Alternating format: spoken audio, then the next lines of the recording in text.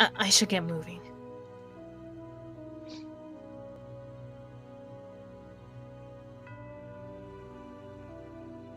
Once I have this key, I can get into the observation tower. I'm almost certain Morgana is waiting for me there. With Giselle. Imagine he gets all the keys and they're not there. Your Giselle is in another watchtower.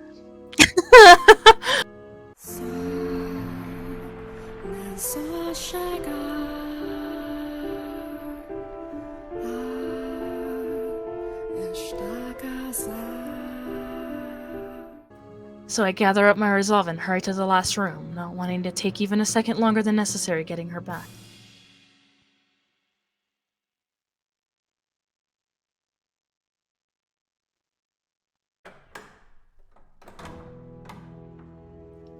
I can hardly believe my eyes when I step into the den.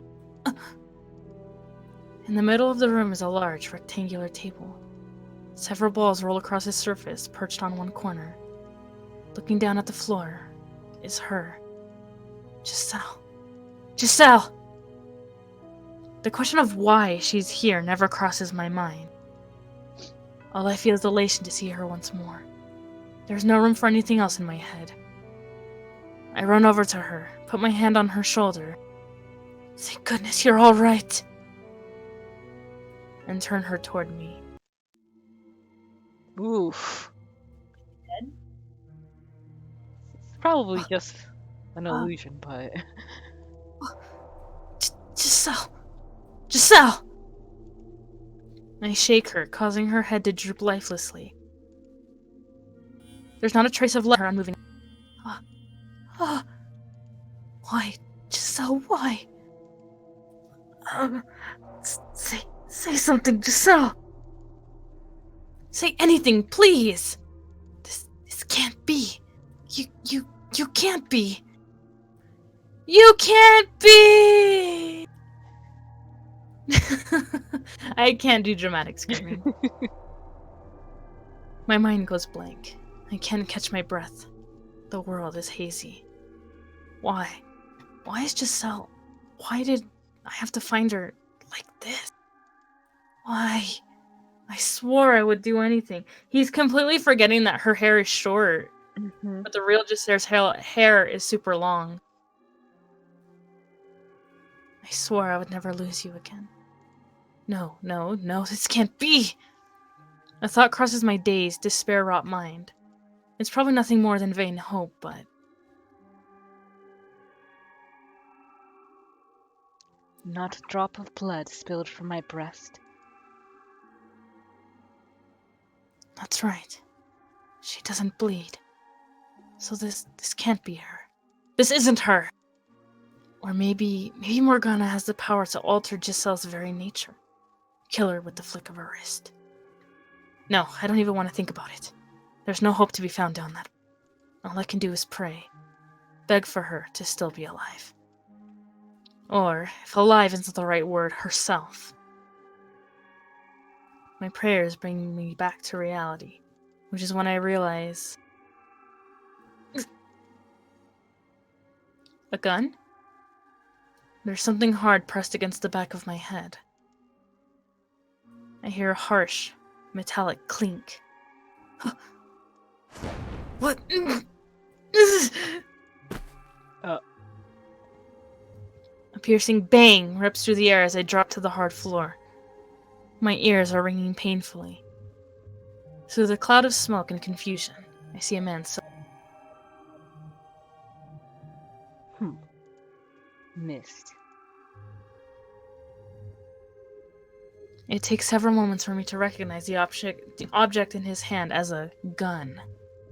Not only because it's draped in shadow, but because I've never seen one with my own eyes. Had I not witnessed what they were capable of through the stories, I would not have understood how terrifying they were. Not a problem, though. I'll finish you with the next one. Now you hold still, boy. Start running around like a rat, and I can't guarantee you a painless death. Wait, hold on a second! What are you trying to kill me for? Because you make too much goddamn noise, that's why. Don't tell me. You're the one who... What? I turn my gaze toward the table. Giselle isn't there. It must have been an illusion after all. The realization sends a wave of relief through me. I still have a gun in my face, though. Curious man you are. Does the table warrant your attention more than me?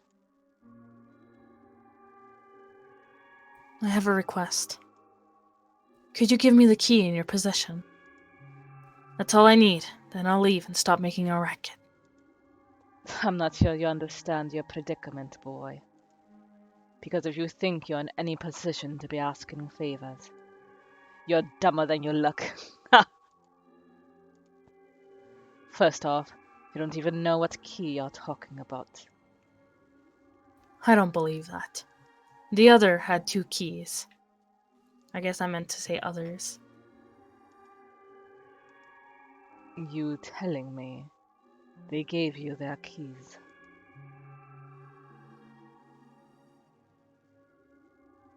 It sounds like they really do know each other. See for yourself. I believe you should recognize these. Are you collecting them to enter the tower? Are you going to see Morgana?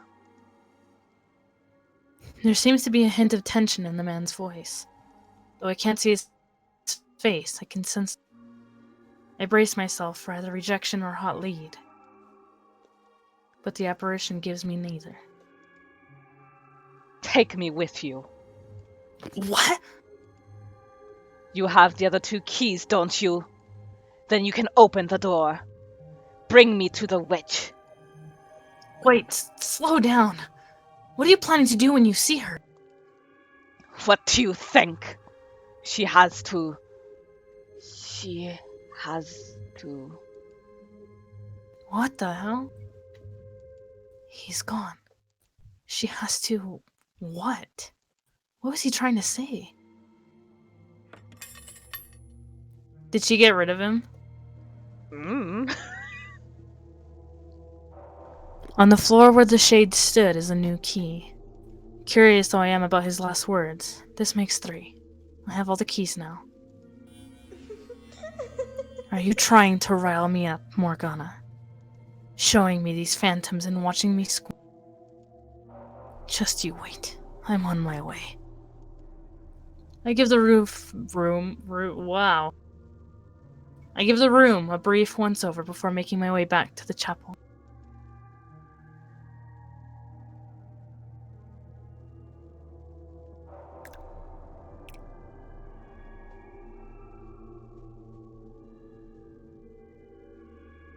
The keys fit perfectly in the openings on the lock, and when I insert the last one, it clicks open. The chain sealing the door falling to the... They're waiting beyond this door, at the top of the stairs. I start pondering what I can even do in a face-off against Morgana, which sends a nervous shudder down my spine. I'm not going to back down regardless, but she is a witch, and I'm a mere human. Formerly human. I'm not a master swordsman, nor do I wield a gun. I have nothing at all with which to fight her. I still have to confront the witch, though, no matter what. As laughably reckless, as foolish as I may be, I have no other option. I place my hand on the door, preparing to climb the tower where I once spent my last breath, just so locked safely away in the chamber at the top. The tower where I first met the witch. No hesitation. Go, Michelle! Ganbate!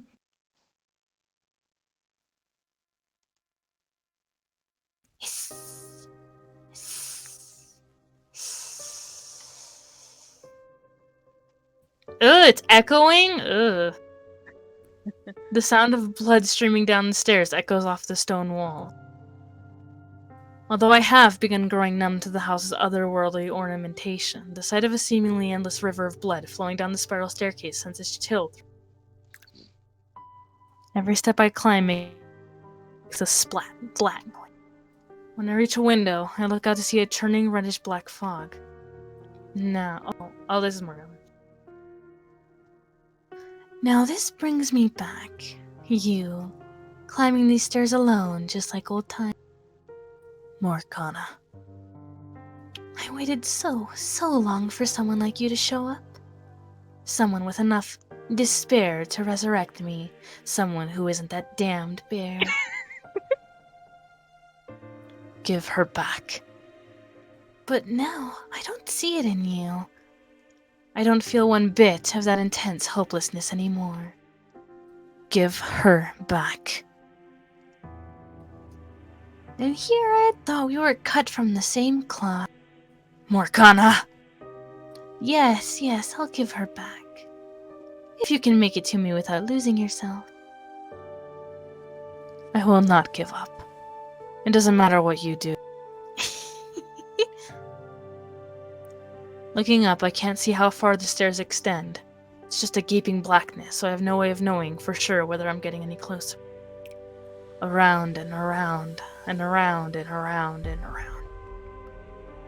Beneath me, the blood rather traces the same path in reverse. I start to wonder if the staircase even does end. If I'm not just eternally retracing my own steps. But I continue climbing regardless. It's all I can do, put one foot in front of the other, and hope I make it to the top. Morgana. What is this place? What did you do to it? What is it? Why, it's the mansion you lived for a decade, of course. You look at this and tell me it's the same house. What's with the blood everywhere? And the three shadows? Now, my dear, no need to raise. And you're being impolite, one question at a time. Answer me. What is this place? That's immaterial. Wow. Immaterial. Even if I were to give you an answer you found satisfying, what would that knowledge do for you? Your objective is to reach the top of these stairs and rescue Giselle. Nothing more, nothing less. Isn't that right? Or, by chance, have you taken an interest in me? Despite never once asking me about myself before? My gut tells me that without knowing what this place is, without even the briefest glimpse at its nature, I won't be able to safely get her back. Without knowing what I'm up against, I don't stand a chance. Please tell me about this mansion, Morgana. About yourself. What are you, Morgana? A witch. No, that's not what I'm asking. Why do you have the powers you do? What are you? Yes, I get it. Humans feel the need to attach names to things and phenomena they don't understand. I understand that feeling very well. Which is why I'm sure you'll rather be disappointed when I reveal the truth. Do you want to take Michelle? Okay. So it seems she's going to be talking for a while. What do you mean? What I mean is, I'm an ordinary human. That's not possible. You expect me to believe a human created this illusion? Then are you saying I'm a magician or a wizard like you might see in a fairy tale? I would believe that over you being human. Think back then, would you? Recall time together. Did I ever once use magic? Did I control fire or wind? Did I create illusions? Yeah, the 4th chapter. No, I did none of that. Because I could not. To you, when you were alive, I suppose you could say I was not but a simple ghost. A rather mischievous, but otherwise powerless spirit. And I was nothing more to those 3 men either. The witch, Morgana, was never anything but a wretched phantom haunting this old house. But then, how do you explain this? Michelle, my dear, we're not the same beings we once were. We're different than we were in the realm of light, the era of the living. You figured that much out, though, haven't you? That you're already dead. Yes, I know. I know I couldn't possibly be alive. Yet still you view this world through the lens of the living.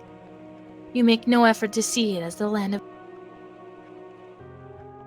Tell me, why would you think that the realm of the living and dead are the same? Though the worlds behind each door were so vibrant, the mansion itself never had any color. They were the memories of the past, of the land of the living, of times forever lost to us. Our lives have already come to an end, my dear.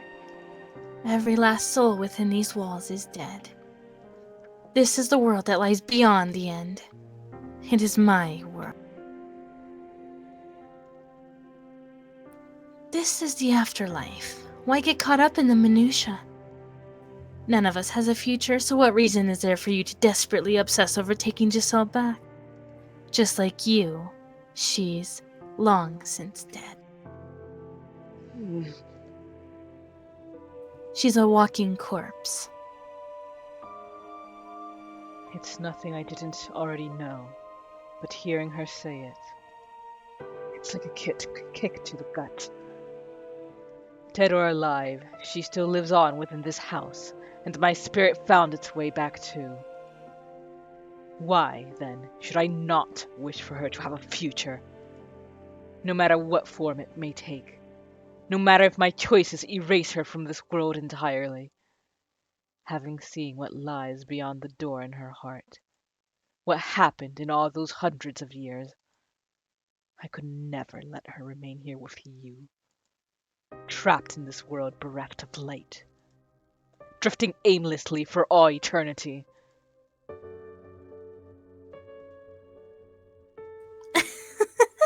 So determined you feel the need to raise your voice. But you're not going to budge on that point, eh? I ask you this again, Morgana. Please, tell me about yourself. How did you become a witch? How did you end up attached to this house? I want to hear your story. You honestly want to know about me? I do now. Yes. But not for me. For her, right? Don't be shy now. It's the truth, isn't it? Besides, if you did say it was for me, not her, I might die of laughter. As you wish. You have seen many tales of people's lives since arriving here, and now you shall see mine.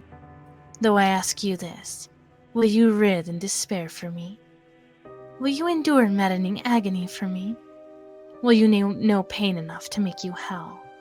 Will you face despair again and again and again? As I said before, if that is what you want from me.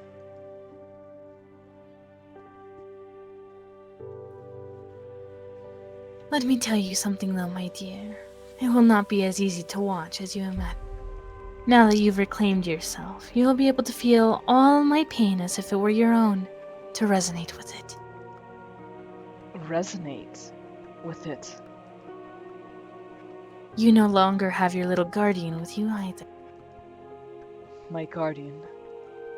She was always protecting me. You'll have a wonderful time, I'm sure. It's a tale that could only have taken place in that era of miracles and spirituality. Wondrous and weird, senseless and stupid. Hopelessly tragic. Will you watch it with me?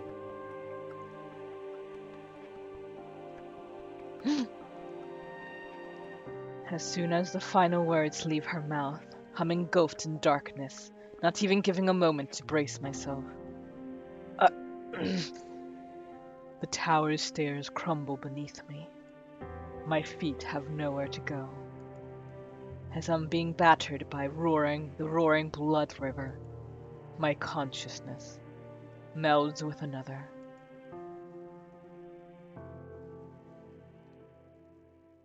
I carry within me the child of God!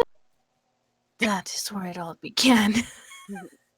Oh, I was like, what? Because I hadn't gotten to there yet. Oh, oops. I kind of like click when it goes black so I can get to the next part faster. Oh, okay. The words of one foolish woman determined the course of my entire life. Before I was even born, my fate was decided. Did her claim come from faith? Was it her way of escaping reality? Did she do it for money or fame? I don't know. I have been visited by an angel of the Lord! The village where she lived had suffered from years of poor harvest. It had been months since the last rain, and all the villagers prayed desperately to be blessed with succor. I am with child, though I have known no man! She proclaimed the pregnant woman in the midst of the drought. And on the day of my birth, the very moment I let out my first cry, a heavy rain fell down upon the village. The storm quenched the parched earth, nourishing the crops and saving the village. The villagers were astounded, for they had thought the drought would never end. As plum drops of rain poured down upon the village, they gathered around newborn me in exultation. Oh, she is the child of God! Perhaps there would be more wonder in claiming I had magical powers. Perhaps it would make a better story if I were to say there were higher forces involved. But all these years later, here is what I truly think. It was nothing more than a fluke, an improbable stroke of luck. An unbelievably fortunate accident for my mother in the village, and an indescribably unfortunate accident for myself. I am with child, though I have known no man. As if that's even possible. Maybe she had fooled around with a man who had gone and abandoned her, and she spouted those lies to convince herself it had never happened. None of the village men made any claim to be my father. Perhaps he was someone else's husband, and as such he couldn't reveal himself, as adultery is a sin in the eyes of God. The girl they were praising as the child of God was, indeed, not more than the ordinary daughter of a wretched woman. At the time, though, I thought differently. I believed my mother's words, convinced I was a saint, and it gave me a sense of duty, of purpose, rather than superiority. As a daughter of God, I believed it was my responsibility to help anyone in need. So every day, I prayed. I asked my father what I could do, what I was meant to do. Not everyone is equally good, however. There will always be someone who lends their ear to the devil's whispers. One man claimed I was the daughter of a charlatan. He shouted for all to hear, "If you really are the child of God, then perform a miracle for us." Could he have been any more unreasonable? Miracles are neither magic nor parlor tricks. They are realized through the power of faith. A lowly villager has no place demanding God prove his own divinity. It is the height of arrogance. But the man refused to heed my words. So, having no other choice, I contemplated what I could do to show him I was, indeed, a saint. And blood was the spark of my inspiration. Michelle, the time when I lived and the time when you lived were not so different. Our views and beliefs about the world are very much the same. So you should understand that in our time, blood was seen as unclean. It was a dreadful thing, ridden with diseases, which is why we drained the blood from animals and purified the flesh before consuming it. But being a saint, my blood would have been different. Like the blood of the saints who came before me, mine would be blessed. I believe it would be able to cleanse people's impurities. For my demonstration, I chose an elderly woman afflicted with the terrible disease. She was on her deathbed, and no one thought she would live for longer than another day or two. The woman was overjoyed when I came to visit her. Sincerely believing me to be a holy servant of the Lord, she gathered all the strength she could muster to climb from her bed and kiss my feet. I felt an intensely deep love for this woman. Placing my hands upon her cheeks, I said with all the kindness in my heart, "My beloved sister, partake of my blood." The woman agreed without a glimpse of hesitation, and so I pricked the tip of my finger with a knife and let the blood drip into her mouth. Within 3 days, her health had improved enough for her to get out of bed unassisted. Saying that, No one in the village doubted my powers any longer. In fact, the man who had accused me of being the daughter of a charlatan was subsequently punished for his sin. He received much deserved retribution for challenging the daughter of God, for mocking her. But of course, being a saint, I forgave the man. He, in turn, repented and changed his ways, worshipping me as a true child of God. Now, I'll be honest with you. I was ecstatic, utterly elated. I felt like I was on the top of the world and I reveled in it. The villagers showered me with adulation. Adulation, I mean. They, they revered me. The daughter of God. Anyone who didn't was punished. And on top of that, my blood could cause miracles. Tell me, do you look down on me for feeling the way I did? The actual child of God would never let herself be consumed by such base emotions. But if you would give me a chance, I would like to explain myself. I was but a young girl at the time, and to a child, her mother is the world. Anything she says is the absolute truth. So when my mother's claims so happened to coincide with a lucky miracle, my young mind was set in. I was a saint. My blood could heal the sick, and nothing would convince me otherwise. After all, I was but a girl of 6 years old. 6! Damn, God, Jesus. Why is she so cunning at 6 years old? It is not my place to decide whether my blood truly had miraculous powers or not. If you think it did, then it did, and if you think it was all happenstance, then so it was. Miracles are brought about by faith. So the elderly woman who was healed was done excuse me. So the elderly woman who was healed was done so by the power of her own belief. Baseless hope and desire can at times make the otherwise impossible a reality. You understand just how major a role religion played in our time, don't you, Michelle? Especially as someone whose life was taken from him in the name of God. And now you understand how powerful word of mouth can be as well, don't you? It didn't take long for word of the miracle-performing child of God to spread. Travelers from faraway lands came to our village, all in search of aid. Driven by a mixture of elation and duty, I gave my bliss to every pilgrim who sought them. I gave them my blood, yes. My young hands were perpetually covered in wounds. Running out of skin on my fingers, I cut the back of my hands, my palms, my wrists. Before long, they had turned into swollen, carved up black and red horrors, and so I kept them wrapped in cloth at all times. The only time I uncovered them was to give blood to those who sought it. Hello, My Monty lacerated Blank. hands were... Huh? No, just saying hello to the people in the chat. Binks and Monty Blank. Well, I'm Hello! probably horribly butchering that name. I apologize. My lacerated hands were, in no uncertain terms, gruesome and unsightly. But the believers who came to see me all wept at my selfless sacrifice, and so I came to cherish those wounds. There were some for whom no miracle took place, but whenever that would happen, the villagers would come out and say, "The daughter of God is not to blame, you simply lack sufficient faith." Thus, such incidents had no negative effect on my reputation as a saint. For 3 years, I continued doling out blessings. One day, while I was offering a prayer, my mother let slip her discontent. "Why must you hand out miracles for nothing? Why must you give strangers grace? We should be getting compensated. We deserve remuneration."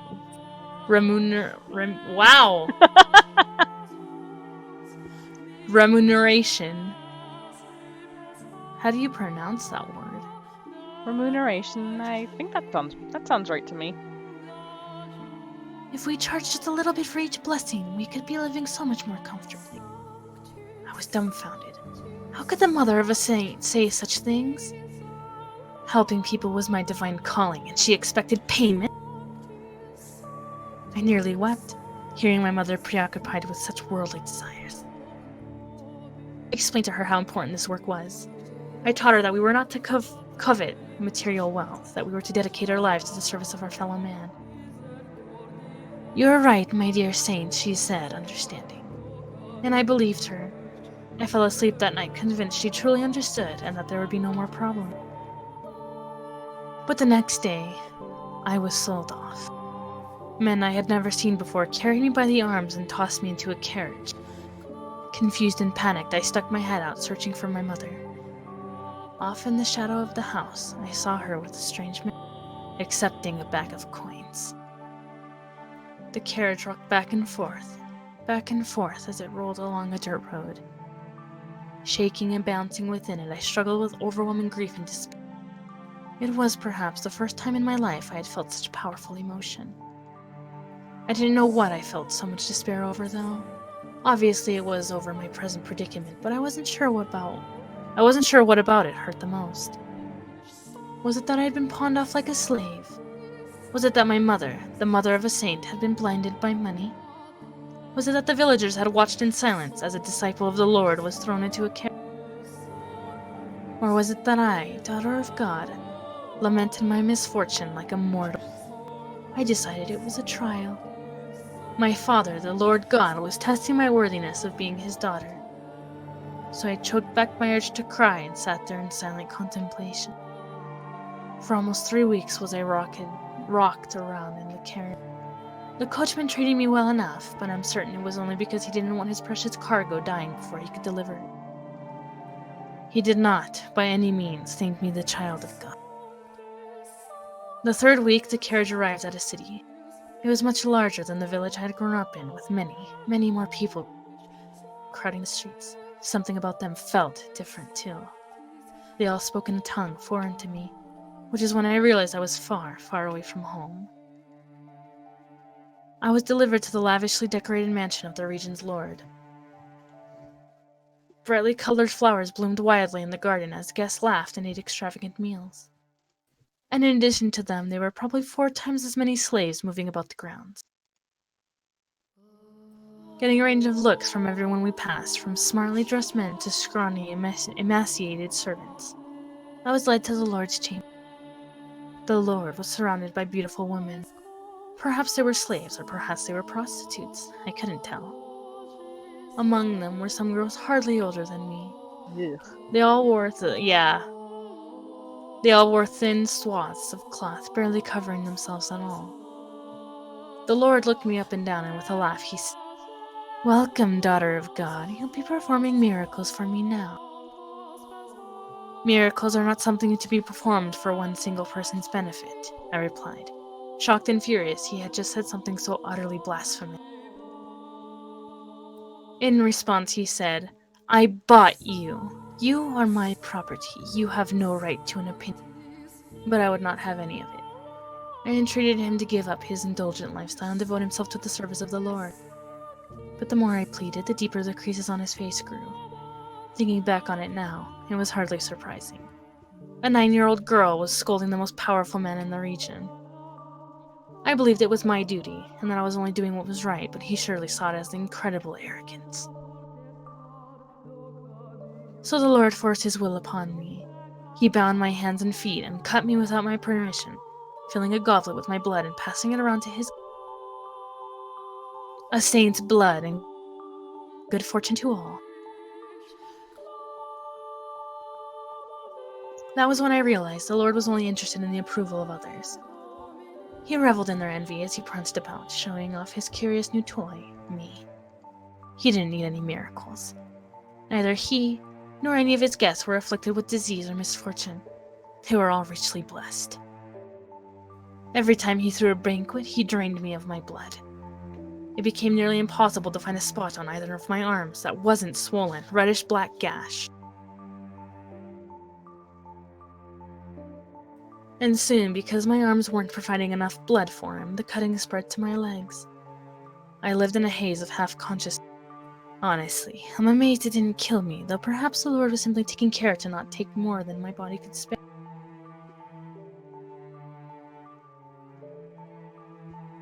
Watching the wealthy partygoers laugh and sip my blood through bleary eyes, another wave of despair came over. My miracles, my blood, were not meant to be an appetizer at a feast. They were meant for the sick and the poor. But despite my wishes, the Lord persisted to squeeze me dry day in and day out for his own enjoyment. For a while, I was convinced it was all God's test. That it was part of his plan for me, his daughter. That if I could make it through this trial, I would be allowed to go back to helping people. That man would celebrate my success, envy, worship me. That sinners would face punishment.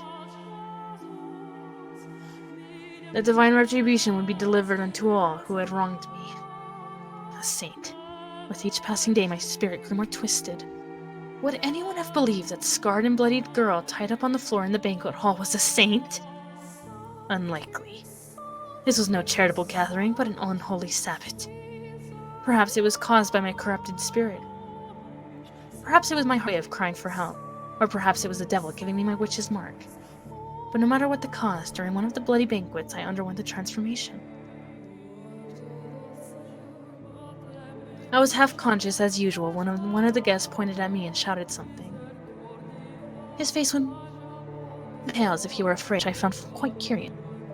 The Lord then approached me, grabbing me by the hair and lifting my head. He yelled something, but I was too far gone to be able to make out what he was saying. Suddenly, I found myself released from my bonds. My body had grown so weak from being tied up for so long, I didn't have the strength to hold myself up. And so I collapsed. I was still trying to figure out what was happening when the Lord drew a sword, raising it high above his head. His words in that moment reached me with perfect clarity. You're a damned witch wearing a saint's skin. A witch?